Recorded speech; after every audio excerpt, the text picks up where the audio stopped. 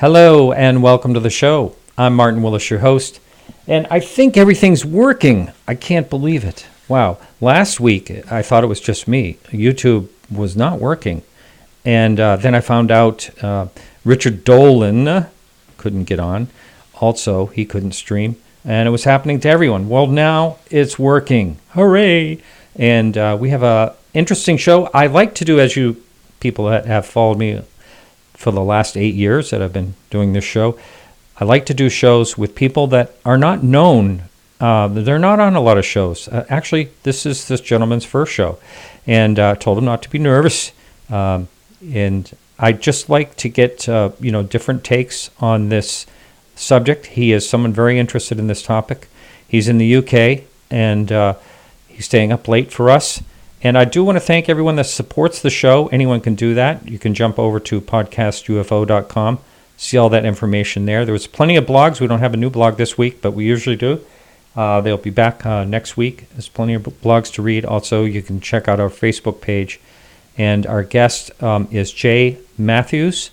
Again, he's in the UK. He's got a great Facebook page about UFOs in the UK, and we're going to be talking about that and how we got into it and all that stuff. But for now, we have Mr. Rojas that just made it. Hello, hello. Hello. Welcome to the show, Alejandro. Thank you, sir. Yeah. Happy to be here. Yes. So what's going on in the UFO world? Yeah, so there's a lot going on. Of course, probably the biggest news is the president talking about UFOs, essentially saying he was briefed, he had a short meeting, and he said he doesn't believe in UFOs, but he did say, when prompted, that I'm leaving it up to the Navy pilots. So he's obviously aware that these Navy pilots have had sightings. Yeah. And I actually have seen episode 4 of Unidentified, and it goes over some of this. So we get to see some of, how at least it came about, where these guys have gotten to talk to some of the lawmakers in DC and important people.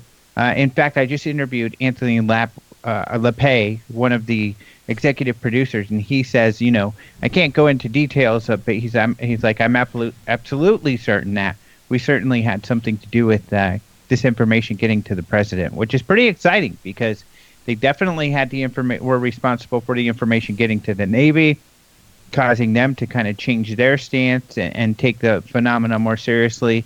That has gotten up now to the president. So it's pretty exciting. I mean, the changes that we've gone through as far as perception of this phenomenon is phenomenal. It really is. And there's the part that he said that, if there's something to this, he's going to let us know. That's what he says. That's what he says now. And we'll just watch for that tweet, I guess, huh? Yeah, exactly. Yeah. That's what others are referred to as a big tweet. Oh, they just told me there's aliens out there. Yeah, so, before anyone can stop them. Yeah, maybe I'll do that. We'll see. Yeah. It's interesting. I mean, that briefing got that high, but what is included in that, I think, would be pretty interesting. What's that? What do you mean? The details. Oh, the details. Yes, that would be. As to what was shared with him. Yeah. Yep.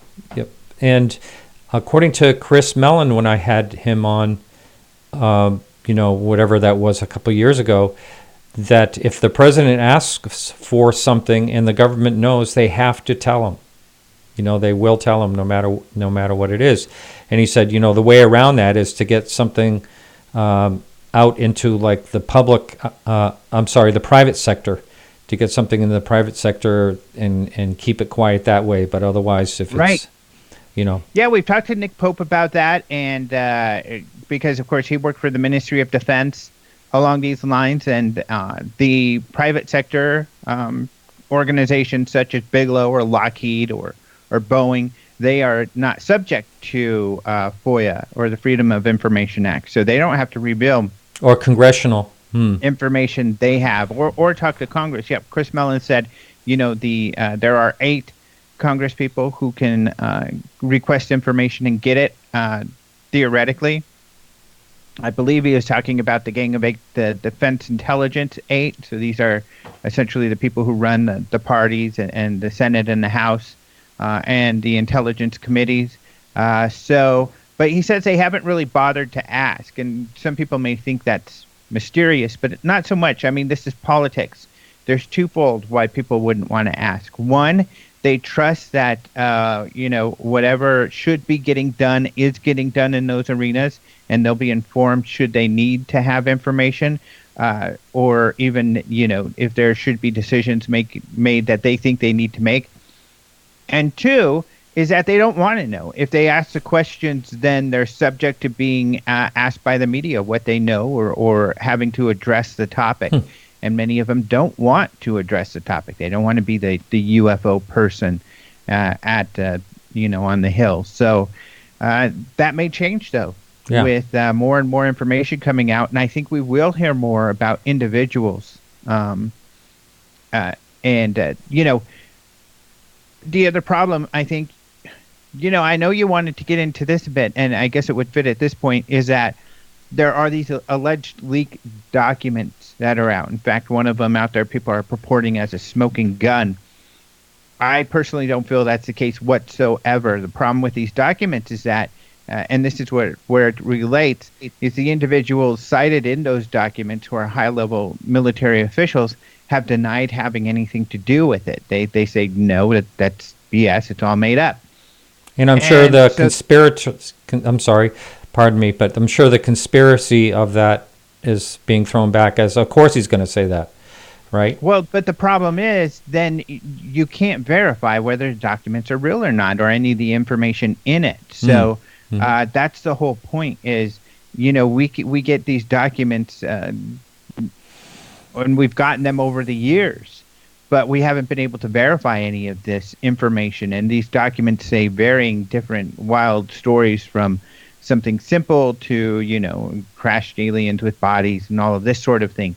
But without verification, it really doesn't serve us any good. It certainly isn't a smoking gun. What we need to do is start to get people on the record. And that's what's exciting about this time. We are getting people on the record. We're getting the Navy on the record. We're getting but not about pilots this. on the record. Yeah. But not about without getting people on the record, yeah. You have the instance where, for instance, officials may have information, but they'll deny it. What we need to do is compel them. And Luis Elizondo and Chris Mellon and others have said this, that what they need to do is the work to get rid of the stigma around this bill and then compel these people in the know to share their information officially on the record. That's the smoking gun. I agree with you. I look through the document and the two document or however many documents there are, the notes and all that.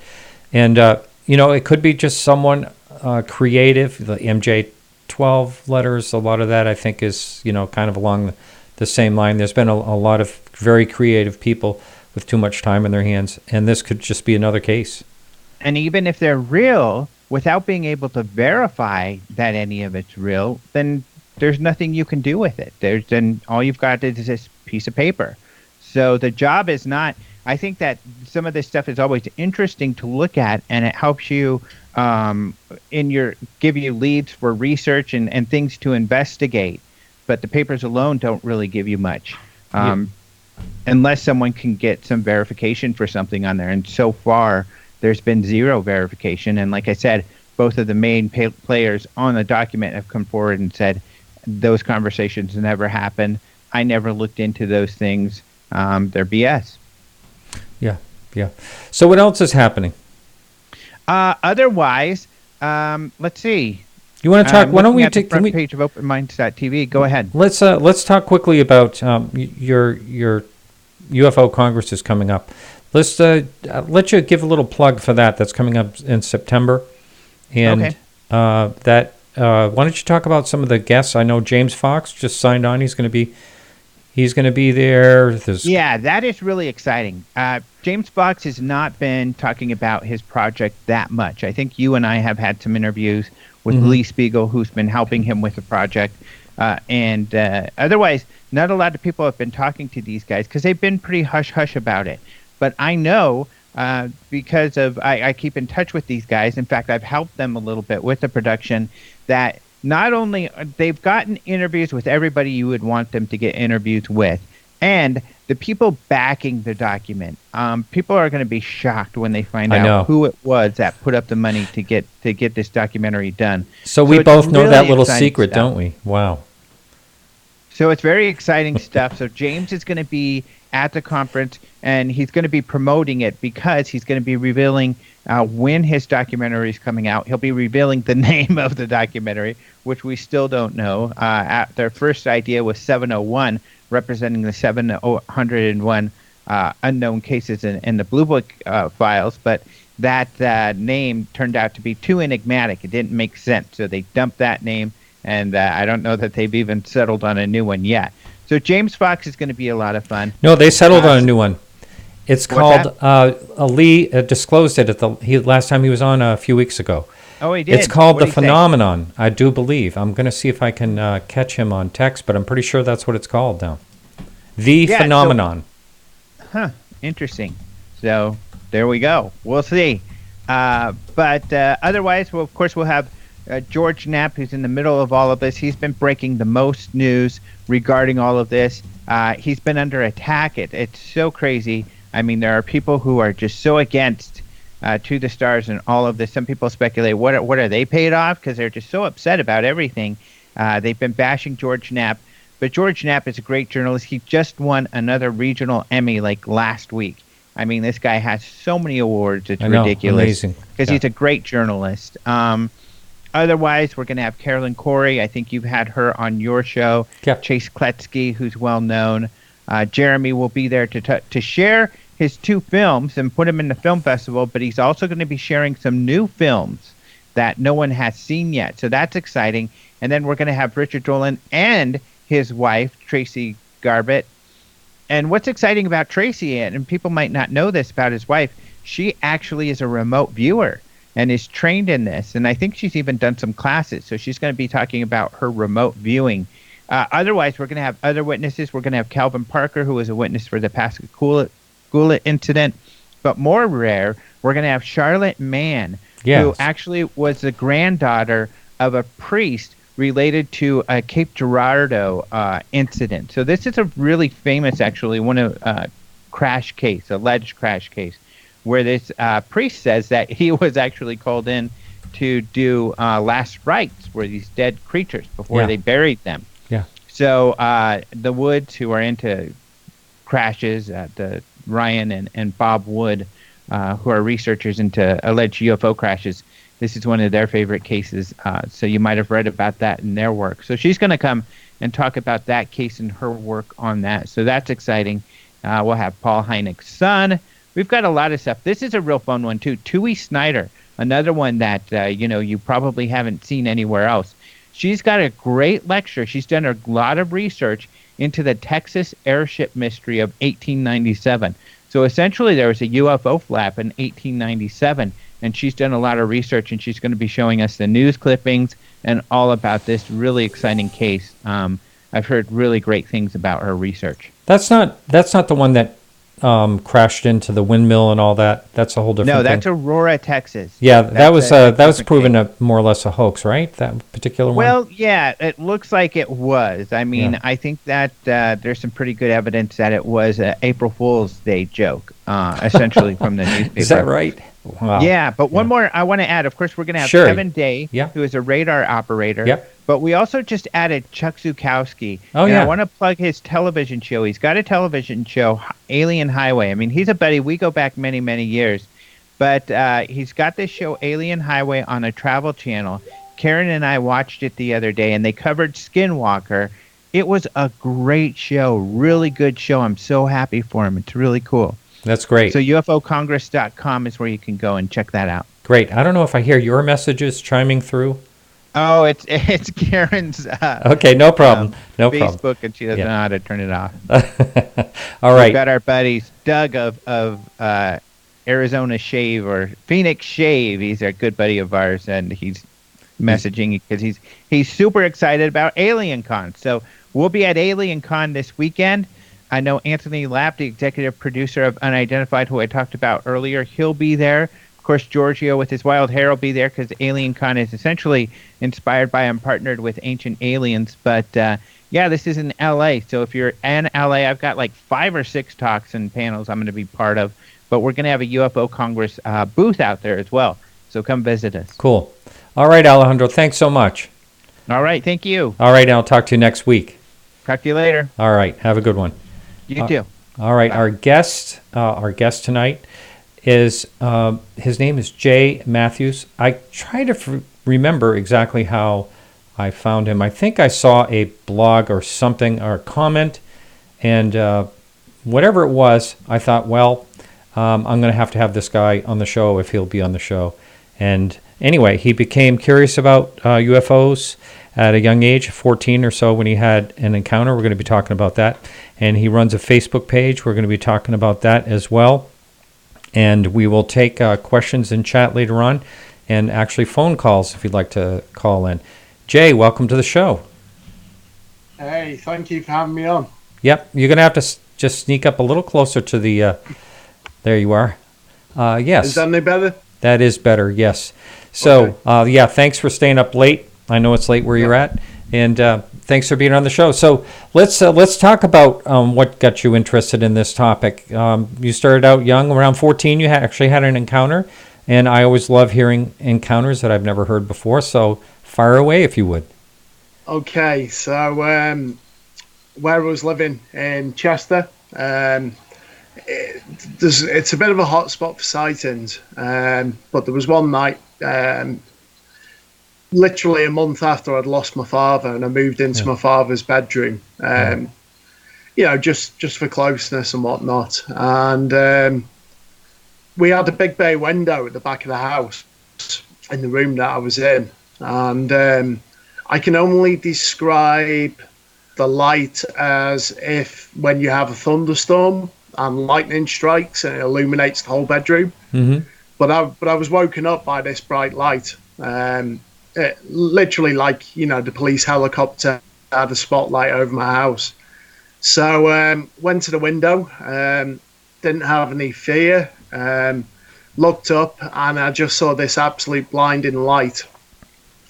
And opened the window to get a better view, to look beyond the eaves, and I couldn't see a shape. There was no noise. It was just the brightest white light that I can describe. And heard a bang behind me. So being young and kind of jumpy and scaredish, I jumped and literally turned back around, and whatever it was gone. And went downstairs, told my grandmother about this. She was up early hours in the morning, and she kind of, dismissed what I'd seen. I didn't know what I'd seen at that point. And you kind of put it to the back of your mind, and, you get on with your everyday life. But several years later, I had a friend that lived literally about 2 streets away. And, UFOs back then, it wasn't something you talked about at school with your friends. And being my best friend, he was the only one that I'd really sort of confided in about what I'd seen, because it was weird.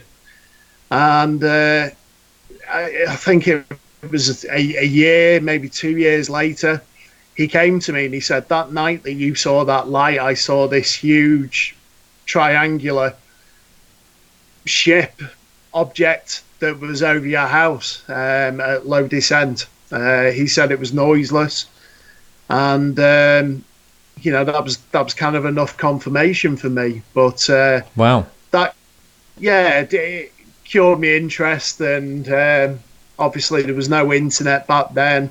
About what year would you say that was? I would say that was...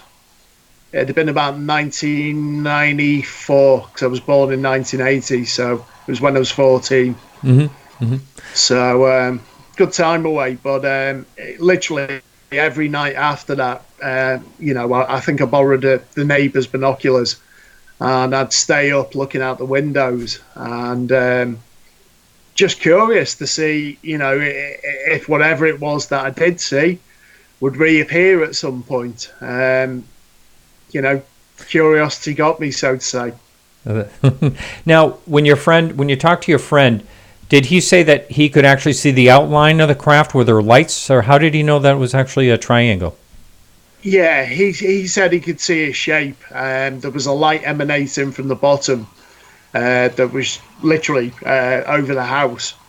Wow. So, like illuminating your whole house? Yeah, literally. I asked the neighbours thereafter if they saw anything, and he even sort of, to rationalise the conversation, said, was the police helicopter out last night? Were they searching for someone that was lost? Whether the neighbours saw anything or not, I still don't know to this day. But to have a friend come back to me and say, he saw something. And this was way before the stuff with the TR3B was out there. Oh, yeah. It was way before YouTube and, the internet. So, yeah, that was huge. Yeah, internet was in the infancy back then. And and what did that do for you? Did that spark your interest right away, or did it take a while before you started looking into it? Yeah, it took a while. Initially, it scared me. Mm-hmm. Did you think you were being like chosen, or like searched after? I mean, why was it over your house type of thing and not someone else's? Is it some of the things going through your mind? Yeah. There was a lot of fear, and at the time, X-Files was big on television. Oh yeah. That just sort of hit the UK, and you start watching that, your mind overthinks, and you kind of add 2 and 2 and come up with 10. Right. We are actually right at the first break right now, so we're going to head right into a break, so hang in there. All right, everyone, this is Martin Willis. My guest from the UK is Jay Matthews, and we will be right back right after these messages.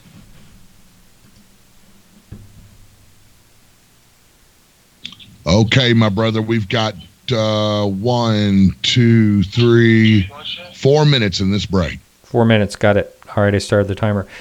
All right, so Jay, we're still live on YouTube, and I'm going to just jump over quickly, see if there's any questions. But can you, right now, before I look to see if there's any questions, can you tell us where exactly in the UK do you live? At the moment, I live in North Wales. Literally, Chester and Buckley, where I live, is right on the border.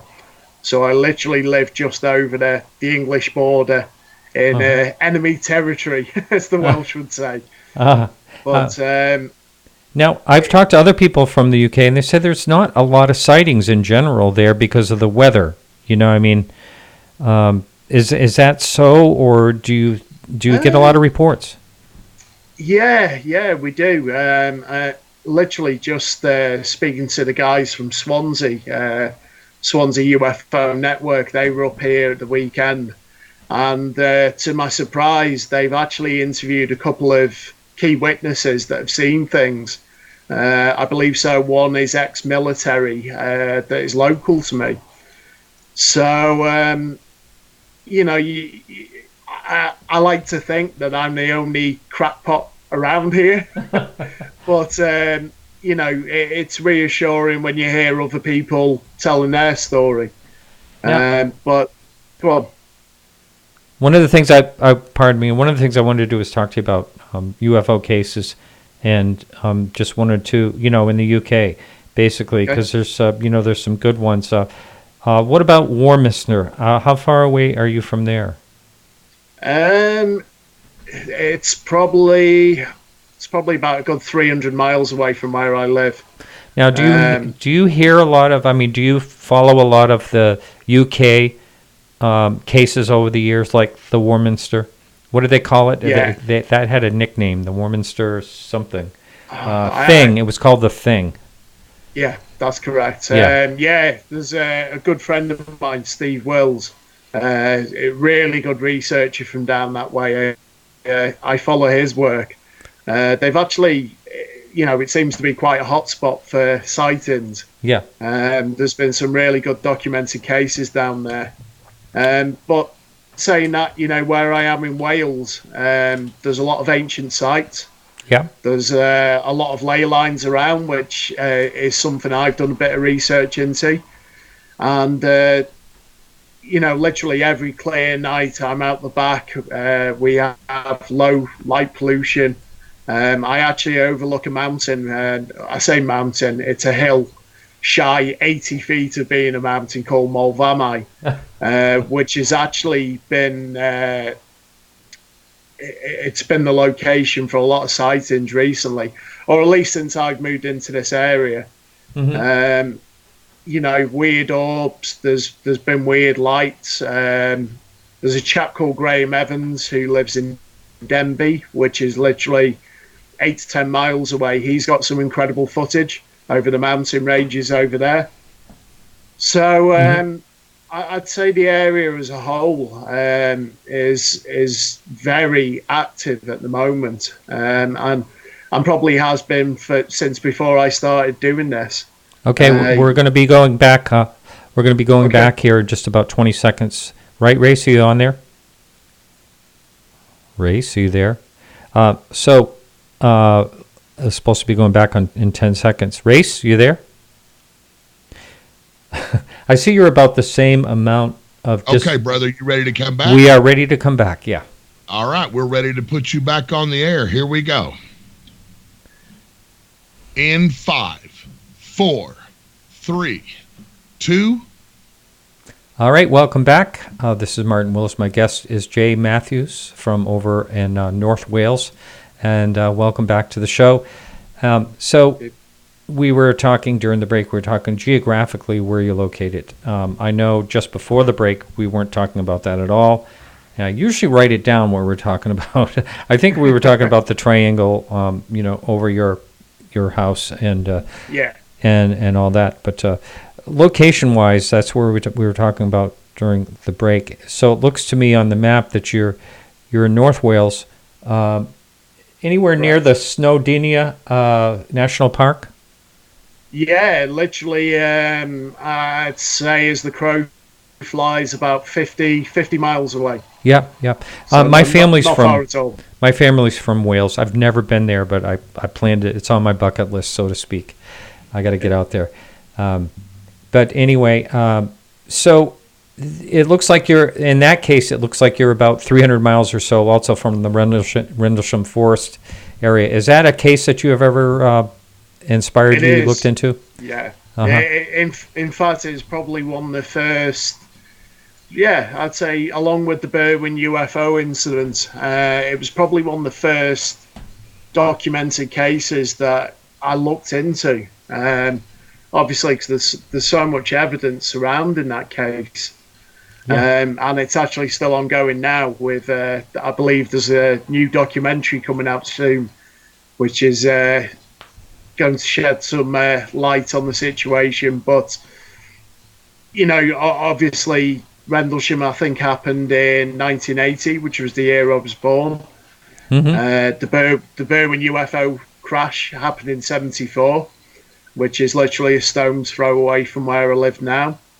So, when you start out, obviously reading books back then, you had the main cases, you had your Roswells, some of the more mainstream UFO sightings or incidents, if you will. Oh, sure. You start reading about these other cases, which have been publicised, but maybe not talked about in the same sort of way as your Roswells and whatnot. But you just go deeper and deeper down the rabbit hole. The Rendlesham thing, I don't think it was the lighthouse. I know that's been reported, and it's out there. I've also got friends that have been to the forest there. And again, looking into the ley lines thing, there's ley lines that actually run straight through Rendlesham. And there's still activity going on to this day. Oh, yes. Yeah, a lot of people are talking about that. There's a lot of weird things going on there, not just UFOs. You know, people are talking about entities and everything else. Someone just banter just posted in the chat room that if you look at the unidentified latest episodes, they have the last episode, that is, they have a chart where they pinned hotspots, and one of them is in North Wales. So they consider that a hotspot up there where you're at. That's reassuring. Yeah. So we can talk a little bit about. Have you watched any of those shows? Oh, they're not over there, are they? In the UK. They're not as yet on History UK, but I happen to have seen the first 3 episodes, which have been put up on various websites. But it's interesting stuff. I was really excited with the whole TTSA announcement. Yep. I know currently there's some documents to suggest that Elizondo wasn't in charge of ATIP, but that doesn't take away the fact that those 3 videos were confirmed to be DOD. Yeah, and we don't know for sure, as far as the documents go. I know what you're talking about, and as far as, the research that John Greenwald has been doing and the communication he's been getting, right from the Pentagon spokesperson, we don't know 100% sure. There's no way of telling if this person either does or does not know for sure, or may find out later. It's possible. So I wouldn't give 100% for sure either way. I had Lou Elizondo on this show, on a YouTube stream as well, and that went out to the podcast, my supporters podcast. Okay. But I did want to say, I met Lou in person, and I talked to him. He's very, very a cool guy. You just got to say, when you meet him, you say, this guy's just a plain cool guy. He's very interesting. And, I'm in the fine arts and antiques, and I started talking to him about, he asked me, what I did for my real job type of thing. And so it was like I opened up a door, because he and I were talking about, he was asking me about things that he collects, and he was telling me all these great things that he collects. He's quite a collector. And so I started thinking about this whole thing. And, I'm trying not to be conspiratorial in any type of way. I always try to look at things level-headed. But I was thinking the other day, I was driving somewhere, and I was just thinking, if there was someone that the government would want to muddy the water with, put some disinformation out there, it would be a guy just like him. Someone that gets along with everyone. Everyone wants to talk to him. He's really great. Now, I'm not saying that is the situation at all. I'm just saying that he would be the type of person, as he is so believable and gets along so well with just about anyone he talks with, he would be exactly the type of person that would be out there giving misinformation. And I'm not saying that's what's happening at all. I think only time will tell. I like John Greenwald a lot. He's a great guy. I think he's trying to figure out what's going on. But I also think that it's very possible that Elizondo is 100% legit. He really, I'm telling you, it makes you feel that way when you talk to him, and there's a lot of things that point in that direction. So, do I dare say that I'm on the fence about it? I guess that's as close as I can get to, everything I just said. It's just my thoughts on the whole topic. I really don't know, and I think time will tell, and the UFO community has been fooled before. There's Bill Moore, there's Richard Doty, there's a lot of different examples. And by the way, Richard Doty is coming up in August on this show at some point, some day. And I'm not sure if you ever heard of the Benowitz case and all that, and who Richard Doty is. Yeah. Yeah, absolutely. Yeah. So anyway, I'm sorry I went on quite a ramble there, but what is your general thought? Are you just as well kind of looking at everything people are posting? It's a very active situation where people have an opinion on this subject, that's for sure. TTSA, all that. Yeah. I saw a tweet that DeLong put out the other day about an episode of Unidentified where he supposedly got intel from Italy about a UFO zapping a helicopter out the sky. I saw that too. Yeah. Yeah, that was interesting. Now, the conspiracy-minded people will say, it's the evil aliens agenda. They're lobbying for funding maybe for more weapons, what with Trump's Space Force, being talked about. But I think we've all got to see how it plays out.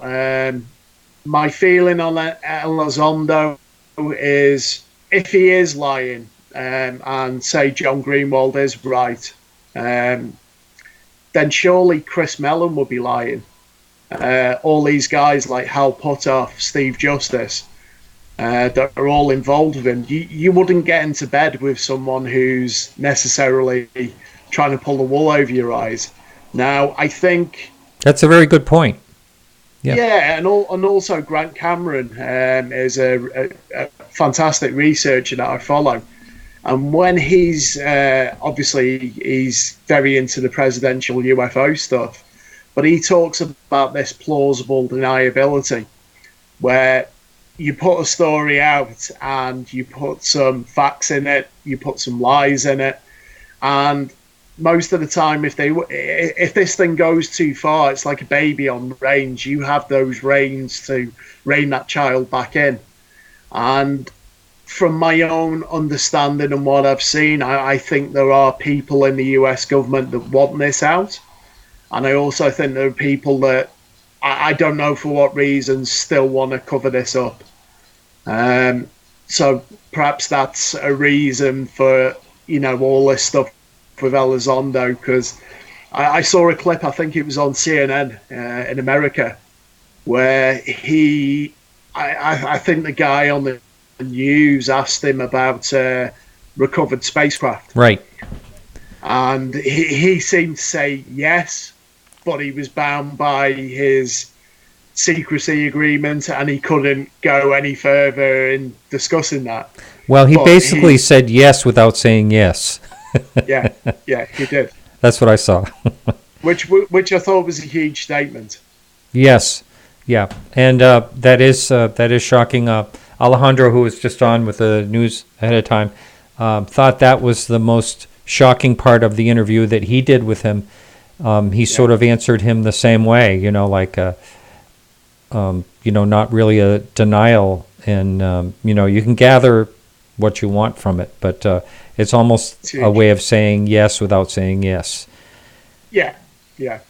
But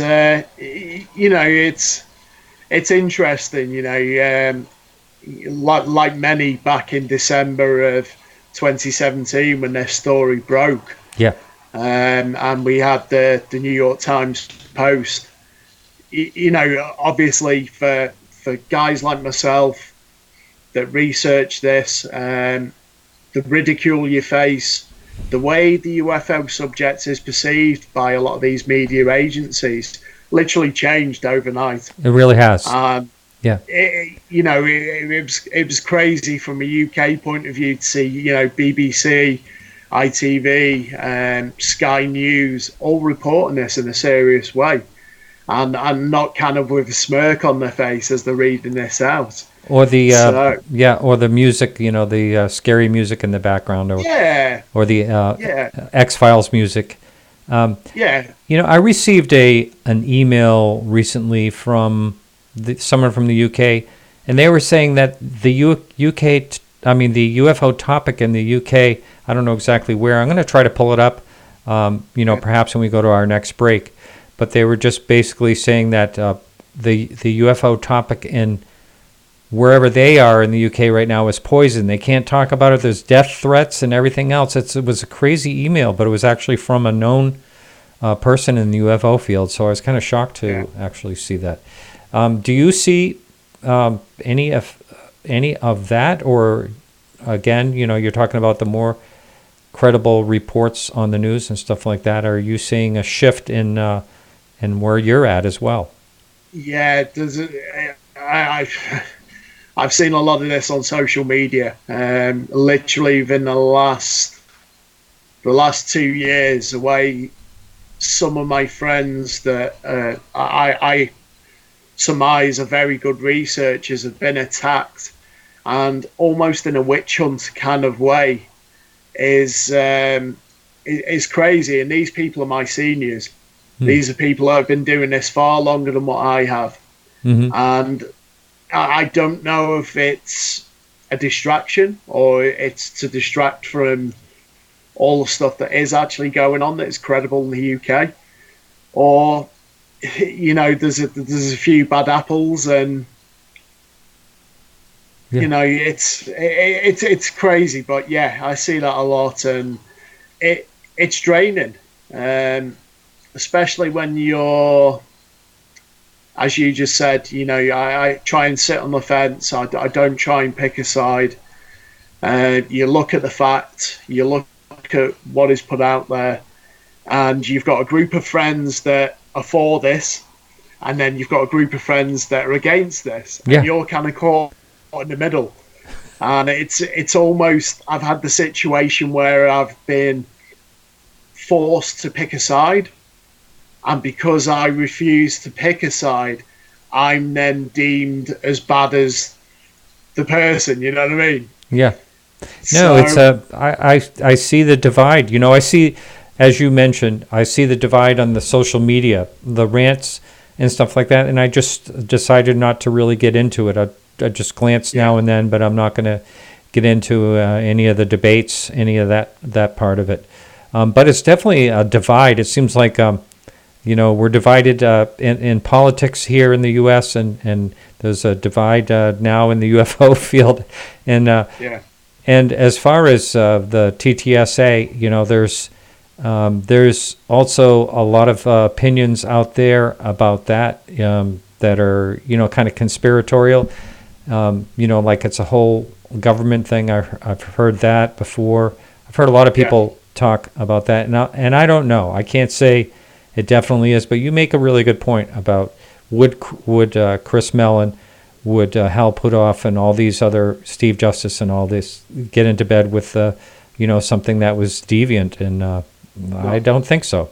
Yeah. Especially given Chris Mellon's credentials. Yeah. His family's deep rooted in America, obviously in the oil business and what else, and obviously his position in government. So when you start adding these things together, it doesn't make a great deal of sense. I think, from my personal opinion, I don't think they're playing to the rules. Perhaps they're running against stream at the moment, TTSA. I'm mentioning perhaps some things that they shouldn't. We all know about these alloys and recovered metamaterials which have allegedly gone to Bigelow Aerospace. I find that deeply interesting, especially with the release, obviously, of the Skinwalker film, which came out towards the end of last year. Well, Skinwalker supposedly is the whole genesis for any of this happening. Which is, I believe so. Right from the very beginning. You talked about Tom DeLonge's tweet just a minute ago about the helicopter shooting down an UFO, or the other way around, the UFO shooting down a helicopter. I can't remember what it is. Yeah. But anyway, I think what's really interesting about the tweet is he took it down after, and I don't know why he took it down, but I would guess, if I had to guess, I would say that it's probably the History Channel told him to take it down, because they're really being very guarded on every episode before it's released. So I imagine that's probably what happened. But just the fact that he put it up and then he took it down, I think that's interesting. Yeah. Obviously now you've got screen captures and screenshots, so Yeah, that's right. I have it somewhere. it's out there. Yeah, me too. Yeah. Me too. You talked about Chris Mellon now. He was on this show. He was interviewed by Leslie Kane. I immediately called Leslie and said, hey, any way I can get Chris on the show? He agreed, and I actually had him on the show. It was a very rare interview. He's you can check him out on my YouTube channel. So I had a really nice and interesting interview with him, and then I told him, he asked me if I thought there was any other show, and I said, you want to get on Coast to Coast? I know George Knapp, and so I connected them two. He went on Coast to Coast. So those were the only two interviews he had done for a long time, and now he's on mainstream interviews at this point. Yeah. But what I find really interesting, I have never said this on this show at all, but I find it very interesting that Chris had been in touch. We were emailing and talking a bit after the interview, and then as soon as he joined To the Stars, he never communicated with me again. He's never returned an email. I think it's strange. I have no idea exactly why. And it's perhaps the publicist for TTSA, for To the Stars Academy of Science. I just don't know if that's the deal. And I know that it's, I can't remember her name, begins with a K. It's actually Tom DeLonge's sister's running the publicity. Okay.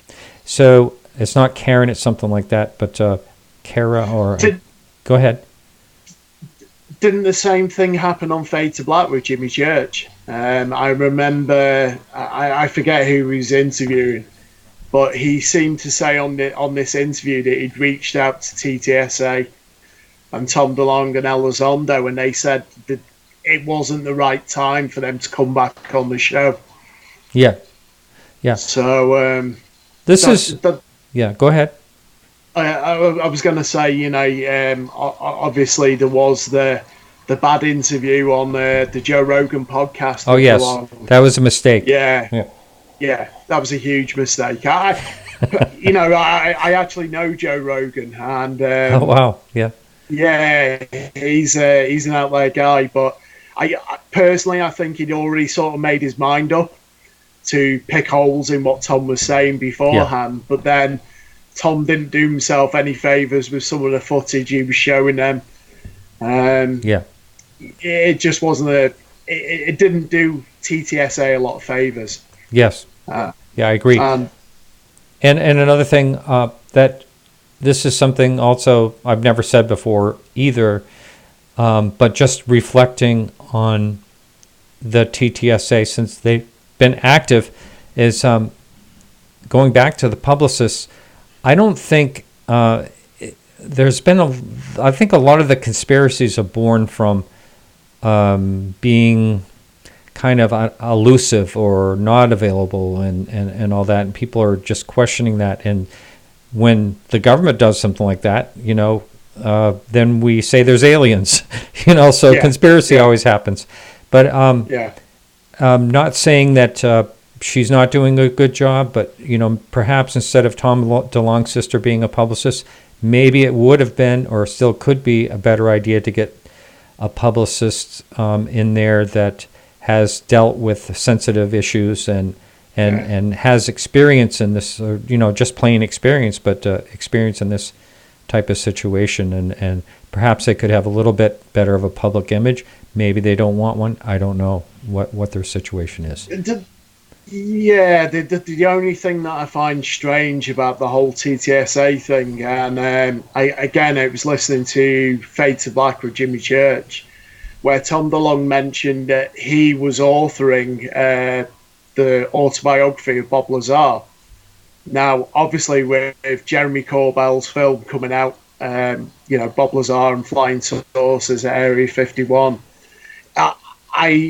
perhaps it's still yet to come, but it's almost like with the 2004 Nimitz film, that's when they're acknowledging UFOs kind of exist and kind of dismissing, obviously, decades and decades of sightings before.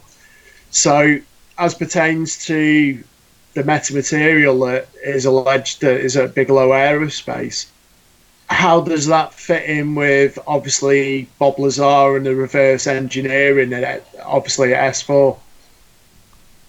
Yeah, I've talked many times, and I get email every time I do about this. Is Bob Lazar is another one I'm on the fence about. Yeah. Yeah, I mean, it's just it's a tricky one, and It is. It is. and just if someone, well, to use I don't know if I should say the word lie, but if someone is just doesn't tell exactly the truth about one thing, does it mean that their whole story is bogus? That's, I guess, something to think about. And I don't know. I don't know. The thing I found interesting with the Bob Lazar was, I think it was George Knapp that brought it up, that he was facing a felony for his involvement in setting up a brothel. Yes. In America, and how, the prosecution couldn't do the background checks on him. And they were kind of peed off with him. And he was looking at doing some time, in prison. And his story didn't change. And for me, that would be the point where you'd find holes in the story. So, I see what you're saying. Interesting. Yeah, that would be the time that you kind of come clean. I'm just putting it out there. Yeah. No, it's interesting. I'd never another thing that I had never actually thought of, and a very good point. We are just about ready to go to our real break here, coming up, and I think we might as well just go now. So my guest from the UK, Northern Wales, is Jay Matthews, and we will take a break now and be back. We are over at KGRA Radio, and this is Martin Willis with Podcast UFO. And hang in with us. We'll be right back after a few minutes. Welcome back to the show. This is Martin Willis, and my guest is Jay Matthews. And we were talking right before the break.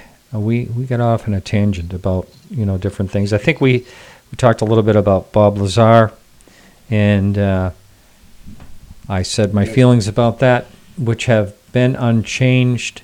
Even after I watched the latest movie by Jeremy Corbell, I still now I have on my website podcastufo.com. I basically have a banter that I had, a point counterpoint with the listener. That last time I talked about Bob Lazar, he wrote me this real long email. I asked him if I could post it on my website as a blog. He said, go right ahead. So anyone could check that out. And he gives his point why he thinks it's real, and I gave my couple of points why I think it's not real. And after I watched Jeremy does good work. Jeremy Corbell, been on the show a few times. But I felt like I was being forced to believe. That's the feeling I got after watching that. Just like I was kind of being forced to believe in the show. He had a very good opportunity. He had a very good opportunity to ask Bob Lazar's mother right there in front of the camera, what she thought about him going to MIT. I asked Jeremy why he didn't ask, a question like that, and he said we couldn't put her on the spot with anything personal like that. But I think that would be the opportune time, to clear up some things. I mean, it doesn't get better than having a mother on the show. But anyway, yeah. No. So you have to scoot up to your computer again, if you would. Yeah, there you go. Okay. Yeah. Okay. Yeah. But it was a tremendous opportunity to clear up any doubts, maybe, from yourself and other people. Stanton Friedman is obviously someone who spoke out against Bob Lazar quite vocally. So, you would have thought that would have been included in the film. That's open to interpretation. Yeah. There's a good video you can watch online on YouTube. It's right on YouTube. I just search debate Stanton Friedman, Jeremy Corbell, Bob Lazar debate, and check it out. Stanton always held his own. He did pretty good, and he never lost it in any debate I ever saw him. No. absolutely not. He was the godfather of this subject. Yeah, we're going to miss him. He's yeah, he'll be greatly missed. absolutely. Yeah. So let's see. We are going to be taking calls coming up here in just a couple of minutes. I'll put that number up. Did you had other experiences, I believe, right? Later on in life? But not just UFO. You've had some weird things happen, you say? Yeah. Around 2014, when I started my Facebook page, I need to explain my background a little bit. My mother is disabled. She's a kidney patient. And as a child, she was actually given overnight to live because they couldn't find a kidney back then. Wow. She claims that still to this day that she saw an angel stood by her bedside, and miraculously she went on to make a recovery, and fortunately is still with us to this day. Wow. So I was always brought up in a sort of a Christian household, born again Christian, and was made to go to Sunday school every Sunday, and mind my P's and Q's, and pray before I go to bed and whatnot. So I've always been spiritually minded, shall we say. So my mum wasn't too happy about me delving into the whole UFO thing. She seems to think it's prophesized and it's fallen angels and whatnot, but that's out there for debate. But I moved back home. I lived in London for about eight to 9 years, and myself and my buddy, a guy called Steve Jones, had the idea to create the Facebook page, just basically to answer some of our own questions that we had. And the idea behind it was to unite some of what we thought at the time, the greatest minds in UK ufology. So, like I said earlier, you go down the rabbit hole, you've got all your mainstream cases that you hear about, and then people start sending you stuff, you look into it, and you watch or you listen of an evening. And at the time, I started having encounters with what I've come to learn is called shadow entities. Now, one thing I need to explain, I'm a former fighter. I wrestled since I was 15. I'd like to think that I'm a man's man, and I don't scare too easily. Now, these encounters started happening while I was living at my mother's, and it was always I'd roll over, and I can only describe as a faceless, tall black shadow always stood over my bed, and I can only describe it as having some sort of panic attack. Now, the strange thing about that is I've never had a panic attack. I've never had heart trouble. So this is alien to me, if you pardon the pun. So I'd roll over and, I'd almost be paralyzed in fear. And the first couple happened. It seemed to get worse from there, where I'll give you a description. I don't stir a lot in my sleep. I tend to stick in one spot. I've actually had the duvet cover ripped from me. Literally, I used to fall asleep grabbing it as a security measure. I've actually physically had that ripped from me and found the duvet right down the end of the bed. And I've also woken up where my head has been at least a couple of feet from a pillow, and my legs are actually hanging out the bed as if I've been pulled, and that's the sensation that I felt. So, cut a long story short, I was still pretty new to the subject, and a friend of mine sent me a coast to coast episode where they were talking about these shadow entities. And obviously I'd looked into, I'd done a Google search, and sleep paralysis came up, and it was linked to medication and whatnot. But the one thing I always remember was this like strong, musty odor whenever I'd have these encounters. Now they say obviously with a dream, you shouldn't be able to sense anything, as in smell or taste or anything like that. I don't know how true that is, but these got worse to the point where I was pretty terrified, and spoke to a few people about it. They said it was a common thing with abductees, and I had friends sort of saying, I should go for a past life regression. That was pretty scary to me, so I stayed away from that avenue. But it was around this time a friend of mine took me to a UFO conference in Lytham St Anne's, and back at the hotel where a lot of the guest speakers were staying, we were having a few drinks in the evening, and I decided to kind of come out about my experiences and asked for some advice, because it was a pretty scary situation that was going on. It was affecting my day-to-day work job. I wasn't sleeping properly. I say the panic attacks where I couldn't catch my breath were pretty bad. And from what I understand, and the guy that I confided in had said that these things feed on fear.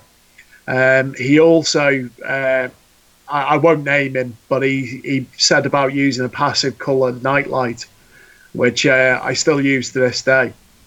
Now, literally, from speaking to this chap at the hotel, he told me that I had some important message. I had an aura around me. I wasn't too into that theory at the time, but one of the things he did say was I would start seeing a lot more things. He was non-specific if it was craft. He said I was protected, and these instances stopped. And I moved in with my long-time girlfriend, and we moved to a place in North Wales called Wrexham, which again is another hotspot. And I woke up one day, and she joked that I had some marks on my back, and made the joke that I'd been cheating on her and some other woman had scratched my back. And obviously I can't see what's on my back. You're supposed to always say aliens when that happens. Yeah. Yeah, I know that now. But cut long story short, I mentioned it to a friend of mine who would actually give me an ultraviolet torch, and he advised me to go into a dark room, shine the torch, and take a picture.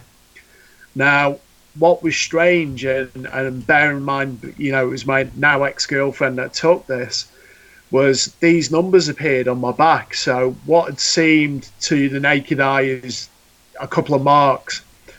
Actually, under the UV light, there was a 1, 9, I think it was a 2, and we couldn't make out the last digit. Now, still to this day, those numbers hold no significance to me whatsoever. Sadly, I don't have the pictures anymore because my phone broke. I did send them to someone who I inquired recently if he still has those pictures, but we were both shocked. And going forward, my ex-girlfriend, she would sort of watch these documentaries I'd watch over my shoulder in a tepid kind of way. As she said, she liked to be in a bubble, and I guess the stuff that I was watching and researching was a threat to that. So we're looking out the window over what's known as Land's End in Wrexham, over a place called Monera, and it's quite a hilly sort of area. There's a lot of moorland up there, and it's not too far away from where the Berwyn UFO crash happened. So I turned to her, and again, she was very skeptical about things I'd seen in my past, because I think she was one of those people that she had to see something with her own eyes to believe it. Mm-hmm. So we're stood looking out the window, clear skies, and looking over to the hills. And I turned to her and I actually said, I would love it if you saw something now which you couldn't explain. And literally, I'm talking within the next couple of minutes, this bright star-like object appeared in the sky and started moving towards the house. We opened the window. There was no sign, no sound even. It was just like a brilliant white orb. And, too low to be a satellite, I'd say as low altitude as a plane coming into land at a nearby airport. Because we have an airport quite close to us, so you can kind of judge the height from them. But I ran downstairs, scrambled my iPhone, tried to get some footage, which was at best quite shaky. And this thing just moved in a straight line.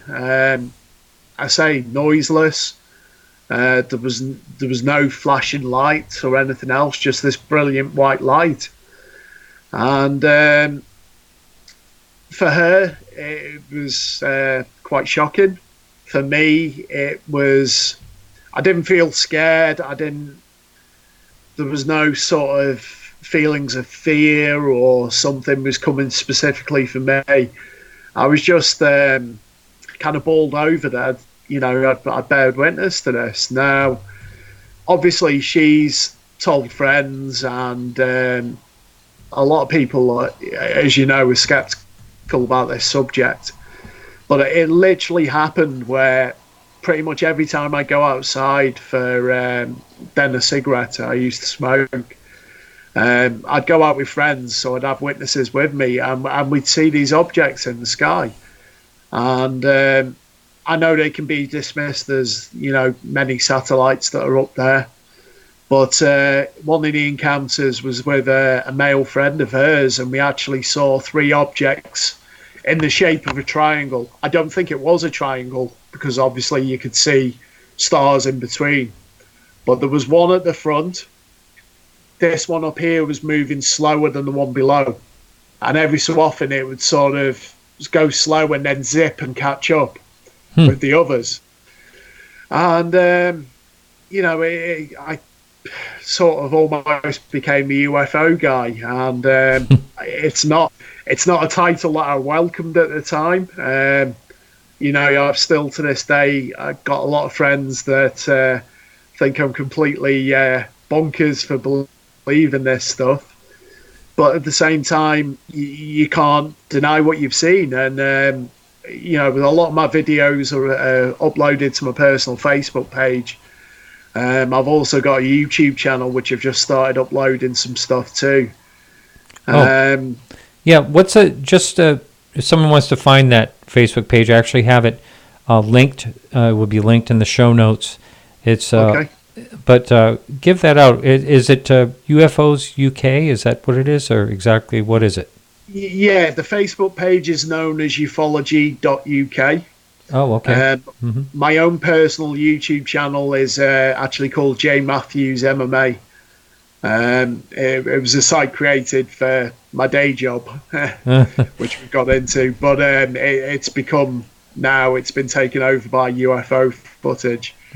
But it's after that relationship ended, I ended up moving to where I am now, and met a fantastic girl. She was less skeptical about this and was actually, we go on sky watches together. We had a log burner in the back garden. We'd sit out till some nights 2-3 o'clock in the morning. And there was one day, it was a daytime sighting back in June of 2016, and her 2 children came running upstairs very excited to tell me there was something strange in the sky. And I didn't need asking twice, ran downstairs, got a pair of trainers on and came out, and it was a clear skies day, brilliant blue skies. and over to the direction of Molvamai, which is this big hill with this ancient monument on it. I can only describe as how do I explain this? Not it was nothing in a say. You didn't look at it. It just looked odd in the sky. It looked out of place. And I can only describe it as a ball with a larger ball underneath. And the top seemed to be spinning this way while the bottom was going this way. And every so often it would give off a green and a red light. The footage of it I've slowed down and actually zoomed in is on my YouTube channel. But I sent that off to some friends to analyse, and they took some stills. And it's the oddest thing that I've ever seen in the sky. It hung around for about, I'd say, approximately 30 minutes. And then we watched it literally slowly. It was almost on an angle go up until, it was out of sight. But this thing was stationary in the sky.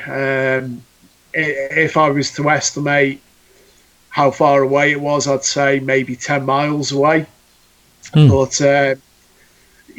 from the position where the sun was in the sky, obviously rational explanation was that, perhaps it was a helium balloon or something that was trapped.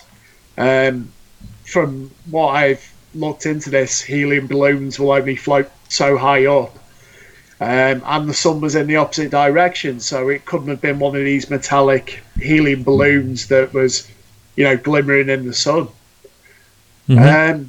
Very odd. Whether it was one of ours or, it was otherworldly is, I don't know, but it was very odd. And again, with this girlfriend, we've had numerous sightings of orb-like craft. I've actually purchased an illegal laser pen. And not shining at any aircraft that come over, but that's good. We looked on Dr. Greer's channel, and there was the CE5 protocol, and I tried to imitate this myself and doing the 5 bursts of light. And we've actually had things where literally it's almost as if someone turns on a torch in the sky and says, hi, we're here, we're acknowledging you, and it disappears. I've also seen things that, seemingly aren't there in the night sky and literally just appear. Again, with technology now, I use a satellite tracker. I've got the ISS tracker, and I've also got the app for mapping where the flights go. It defies rational explanation. And so, again, it's not just me when I've had numerous other people there that have witnessed this as well. So whether these things are attracted to me personally, I don't know. I just feel honoured to kind of see this, and unfortunately now I don't have the luxury of disbelief. I've seen enough things with my own eyes to, and convince myself, but I also convince others. There's a lot of my friends that, you wouldn't necessarily would believe in this subject that actually now follow this subject. And pay attention to obviously the stuff with TTSA and all the recent stuff that's come out. So that's a win in my book. You actually have to. You've fallen away from the. I know you're getting comfortable there. You got to get a little bit closer. Sorry. That's good right there. So yes, I understand what you're saying. You're seeing all these things happening and all that, and it is hard to know. Maybe some of the things have a prosaic answer to them. Maybe they don't. It's awful hard to say unless you, you can find out exactly what something is. They say, what is it? 5% of the sightings can't be explained. but the other 95 can. So, maybe perhaps some of those are. I know that my sighting, I really can't figure out if it could ever be explained. I've seen, I had another sighting that I don't really talk about because it's not what I consider a sighting, because it could be, most likely it could have been explained, but, it was like a satellite type of thing. I thought it was the International Space Station. It was big, and then but it moved. It didn't go just a straight line. So, but I wouldn't call for sure if that's a sighting or not. Maybe that was, again, something that could be explained. But it's all interesting, and it all happened because I had a sighting, and I look up into the sky, and I think, there's a lot of opportunities where people could actually have a sighting if only they were looking up into the sky. Absolutely. We have the lines open if anyone wants to call in. And if you're over at the radio station, that number is 603-967-4030. And anyone's welcome to call in. You can actually call in if you just want to talk about a sighting you had. I always like to hear about new sightings on this show, and whether I'm not on this show or I'm talking to people, when the subject comes up and, they tell me about a sighting, I love to hear sightings. If anyone wants to call in, talk about a sighting. How about you? Do you talk to people that actually tell you about sightings? Are people comfortable? Every day. Every day. And is that through your Facebook page? We're on Facebook and Twitter. So as one of my admin has just pointed out to me only today, I'm actually someone that tries to reply to literally every message that comes into my inbox. I've actually just had a guy contact me from Wirral Way towards Liverpool. And he's seen very similar stuff to what I've been seeing. And I kind of treat it in a way that I try to imagine that if it's their first time and they've took the courage to come to someone like myself and report this, not knowing sort of what response they're going to get. Because you still don't know if people are open-minded to this subject. There is still a little bit of a stigma. So I say there's a lot of things that kind of people will write in, they'll send me a picture or a video, and I'm like, do you use a star map, or could it be Venus? And they kind of go away sort of scratching their heads, and they're like, oh yeah, well, it could have been that. And it's like you touched upon, you have to kind of rule out what it isn't before you start going down that path.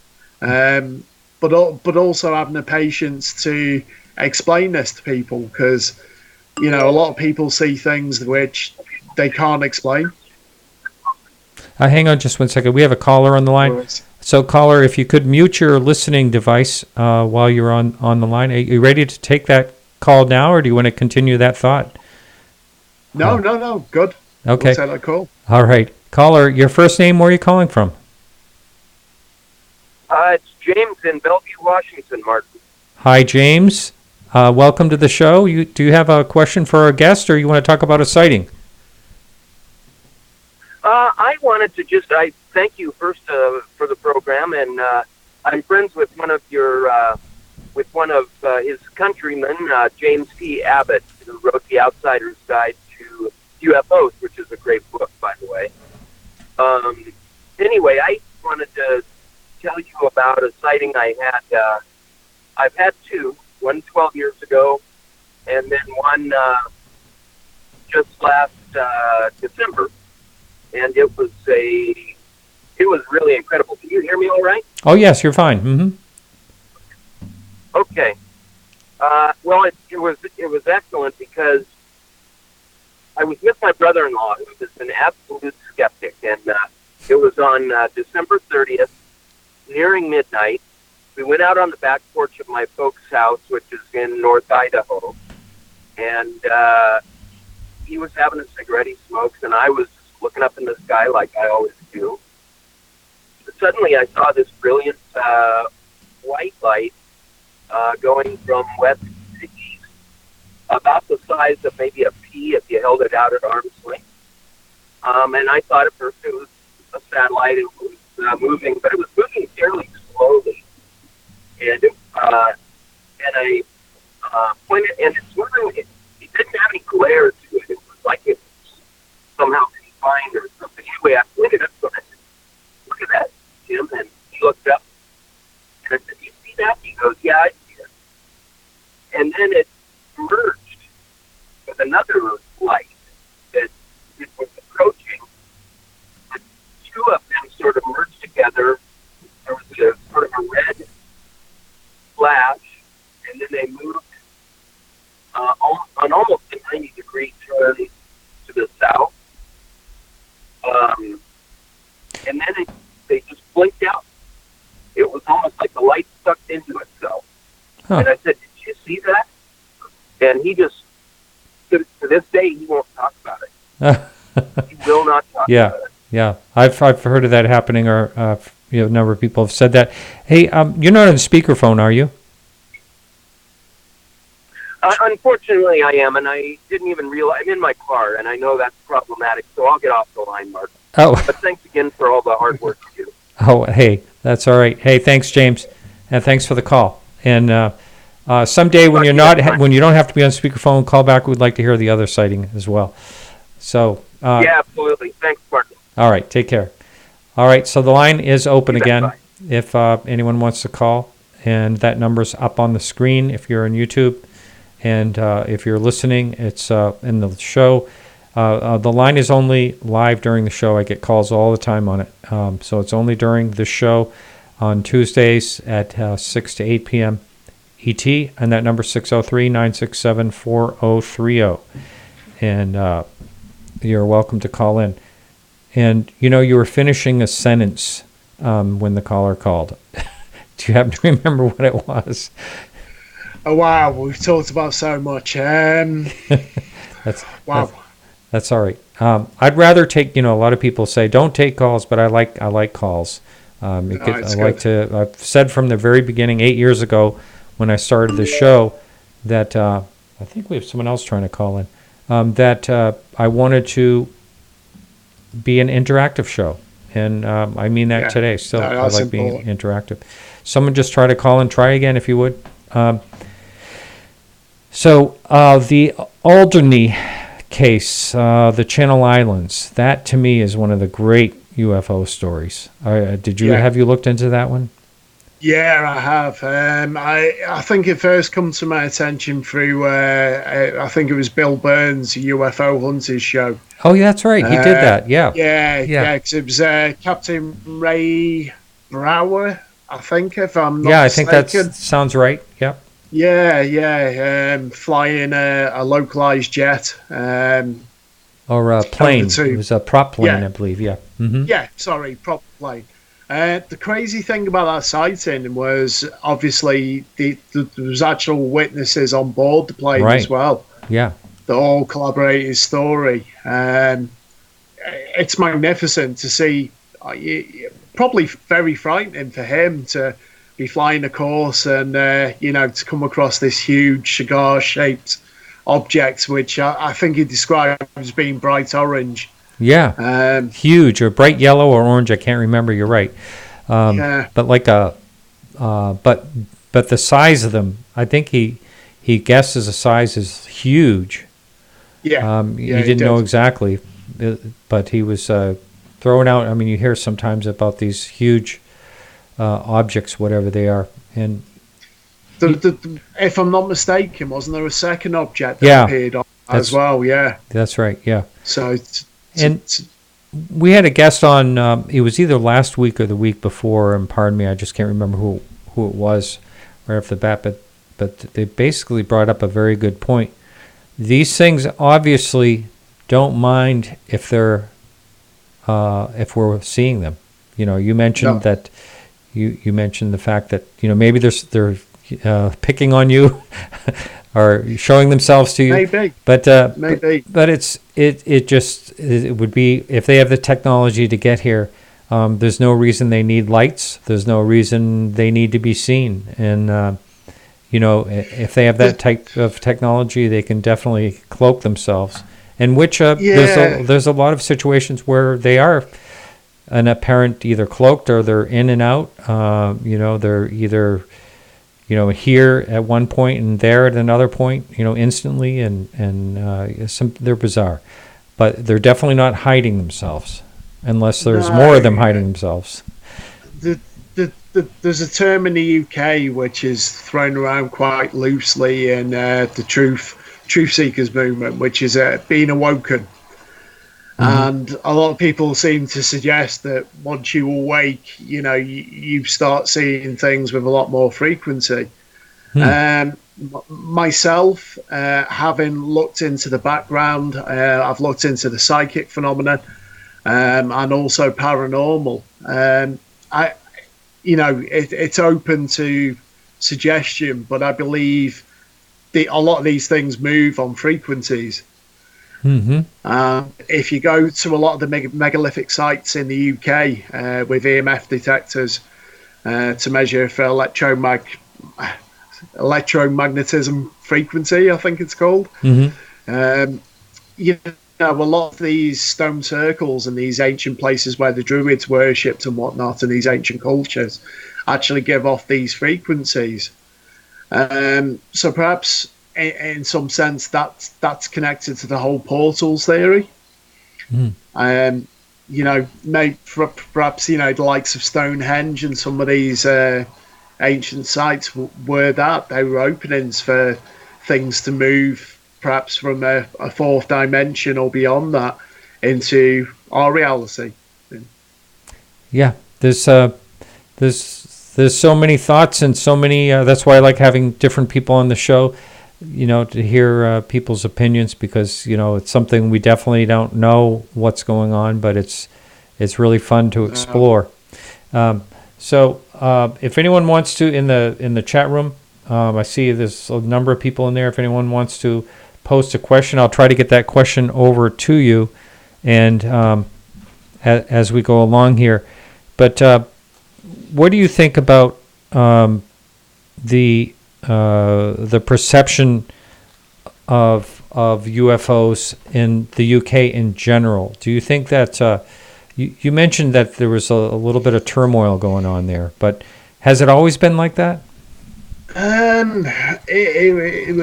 As far as I'm aware, when I came into this, I say publicly, it was probably about 2014.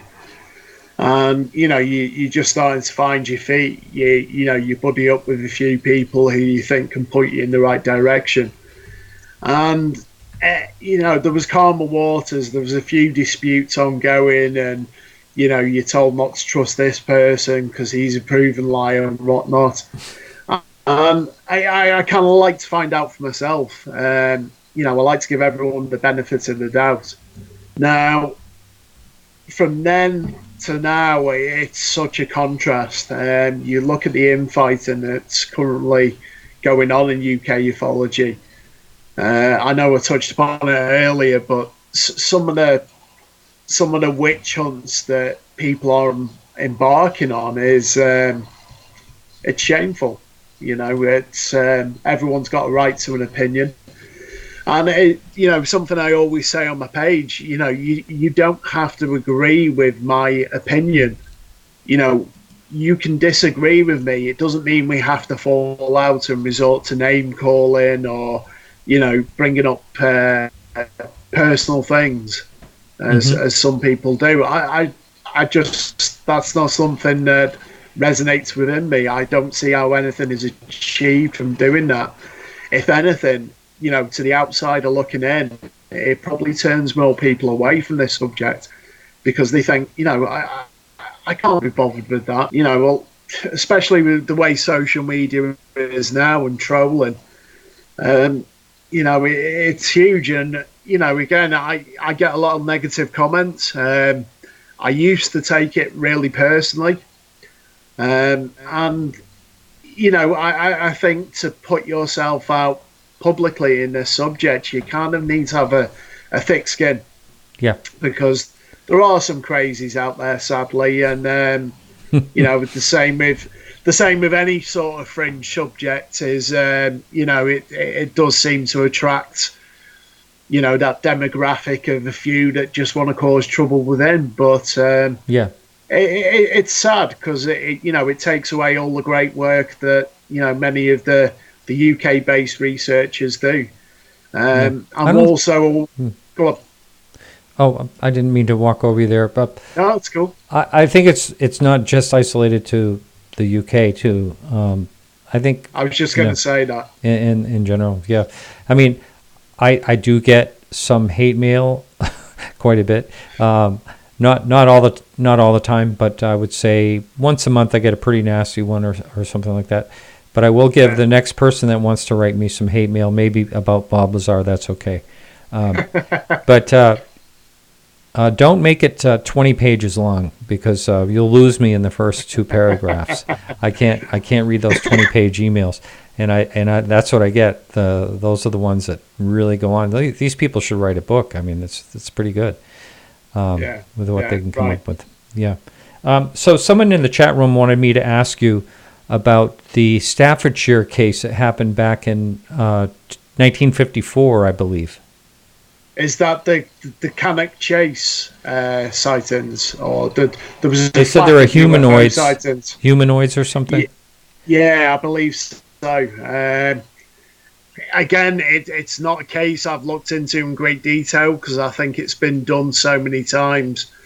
But I think on the evidence which has been supplied in the amount of witness testimony that there was back then is there was a flap around that area.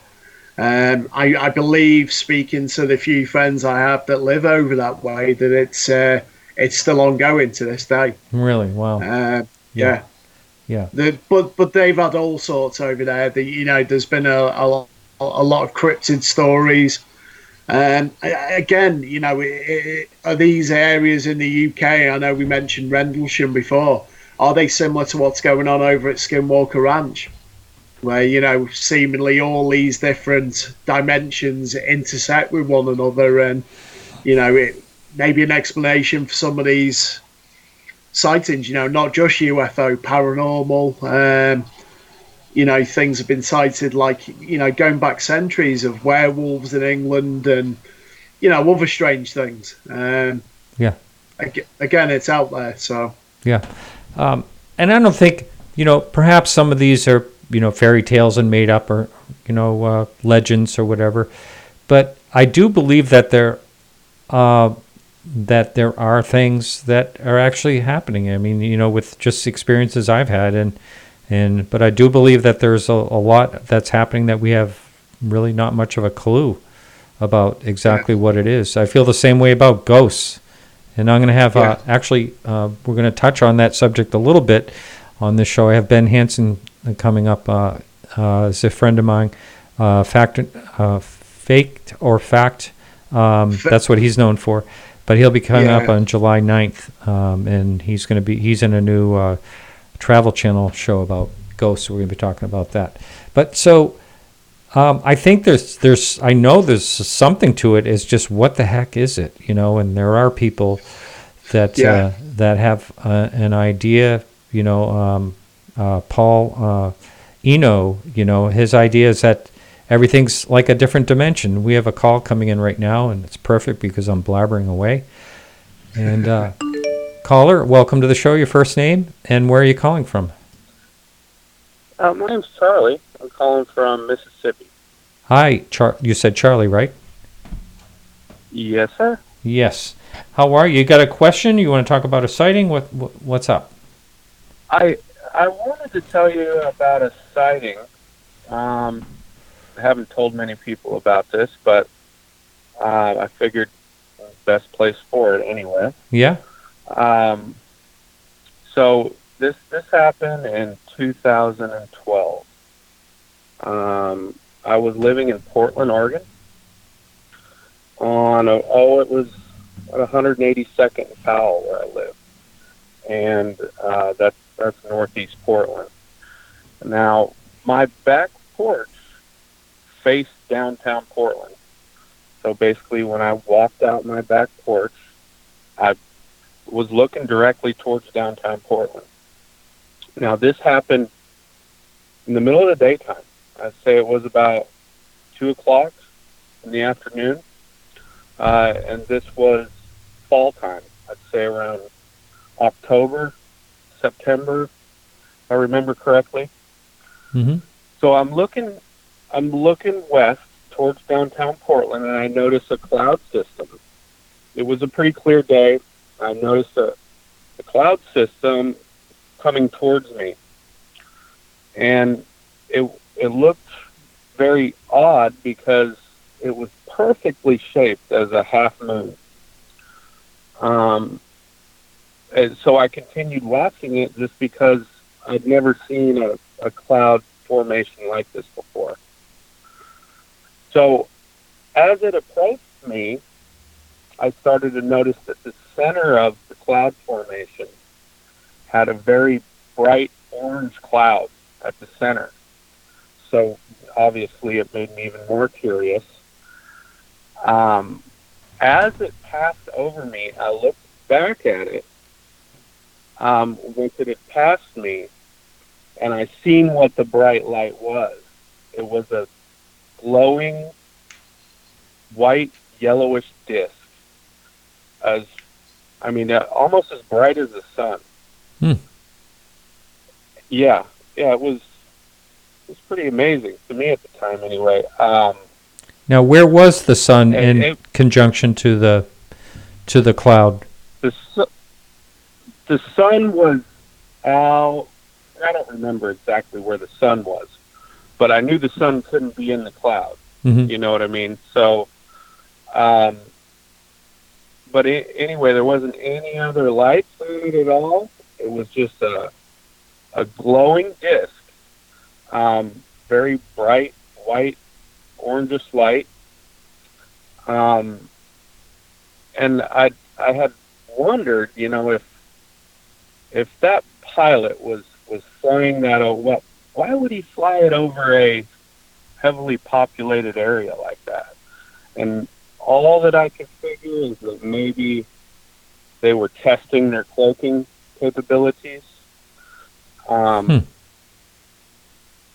that's my story. And apparently this ship, I'll call it a ship, had the ability to either attract clouds to it magnetically or project them holographically. Well, you're not the only one that's mentioned something like this before. There was someone on this show, a guest on the show, several months ago that talked about this cloud formation that had something going on in the center of it. I'm going to say it was like 6 months ago. It was a very interesting and almost similar to that. And he thought in his story they was telling about that the clouds actually played some type of role in what it was doing. So it's not a totally unheard of type of situation. But anyway, I often wonder also if anybody else seen it that day, because the Portland is 2 million people, right? And or if they just thought it's just a cloud going by. Mm-hmm. Maybe nobody did notice it, but it was. I couldn't see it. I couldn't see the disc. All I could see was the bright orange light until it passed me, and until that perfect shape passed me. Once it passed me, it wasn't a perfect shape like that anymore, and I could see inside the cloud. I had pictures of it on my old cell phone. However, for whatever reason, those pictures somehow mysteriously got deleted off my old SIM card, so I don't have them anymore. It's unfortunate. It was a Men in Black. Yeah. I don't know. I don't know how it happened, but yeah. Hey, Charlie, thanks for the call, and thanks for the sighting. Always love to hear sighting stories. Thank you. Thank you. Bye-bye. Bye. Yeah.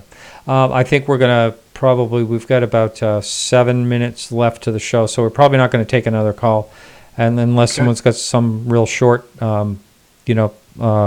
either sighting or question they can ask real quickly. And let's see, what did you have like a certain event that made you decide to create the Facebook page? Now, by the way, there's something like 22 or 23,000 people. It's no slouch of a Facebook page. A lot of people are involved in it, and and it's pretty active. Do you actually spend part of your day cultivating that? I spend too much of my day, in fact. It takes an incredible amount of time to go through all the current stories and obviously trying to be consistent with posts, because as you know, there's so much information coming out around the world, and with the invention of smartphones and technology increasing, more and more people are capturing things.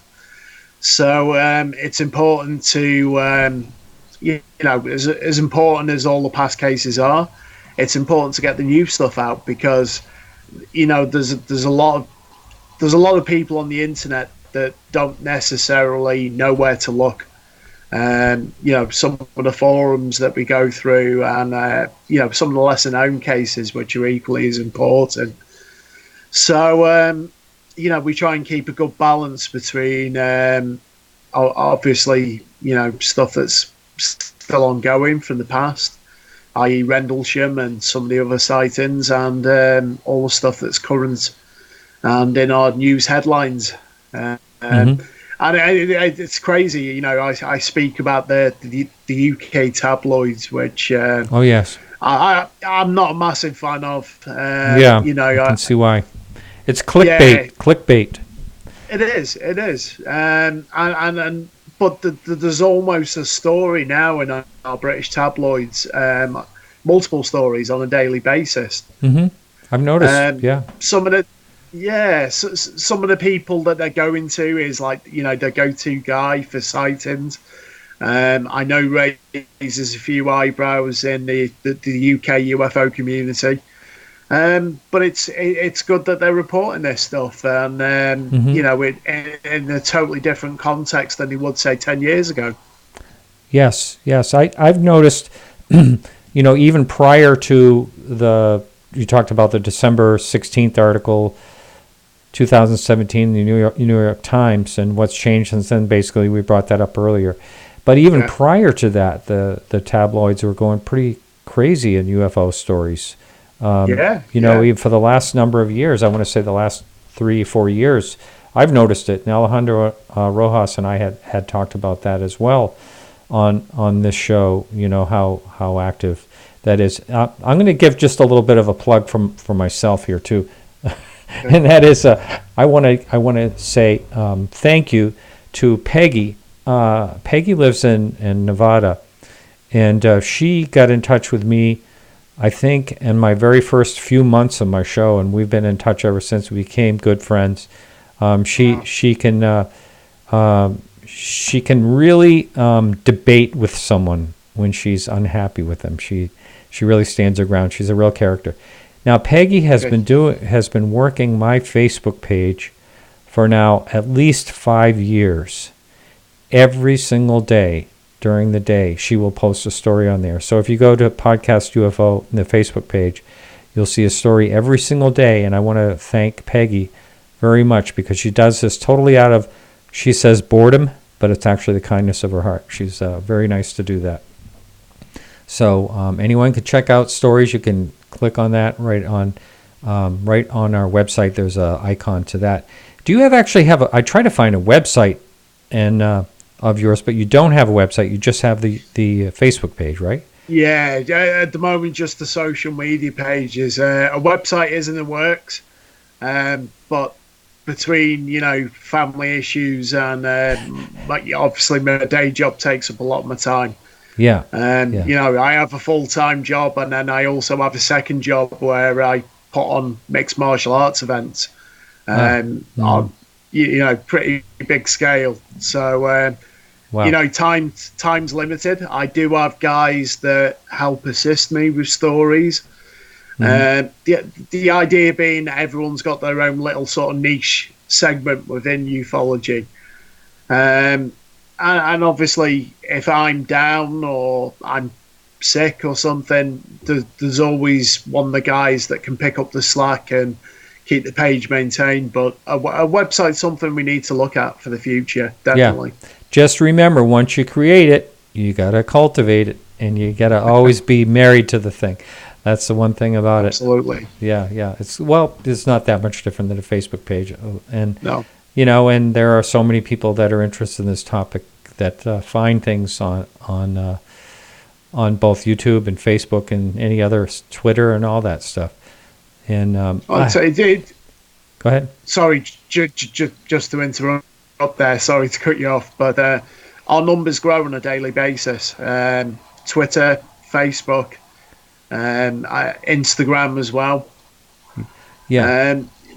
There's more and more people sort of perhaps seeing things, or they, watch the documentary on the History Channel and they're inquisitive. But the numbers are growing, and there's more and more people that are, becoming more open to this subject than, perhaps previous. Right. So we just have about a minute here to wrap it up. And I did want to thank you very much for staying up late there and joining us here in the States. It's just been a real pleasure. And no, thank you for the opportunity. And I hope the listener can take a jump over and check out his UFO page. Please do that. That's going to be linked in our show notes. And you have yourself a good evening. And I'm off to bed now. Yeah, I bet you are. All right. So you take care. Thank you. All right. Thanks again. All right. Bye. You bet. Okay. All right, everyone. So that's it for the show tonight. And we will be back next week at the same time. Next week, we are going to have another British accent. And that's Nick Redfern is going to be on. He's going to be talking about his new book, and it's UFOs and the Kremlin. And that's kind of a personal favorite of mine to look into myself, just a little bit here and there. It's very fascinating, so I can't wait to talk to him next week. And I want to thank everyone that listens to the show and everyone that helps out, our guest and Alejandro Rojas. And remember, everyone, to keep your eyes to the sky.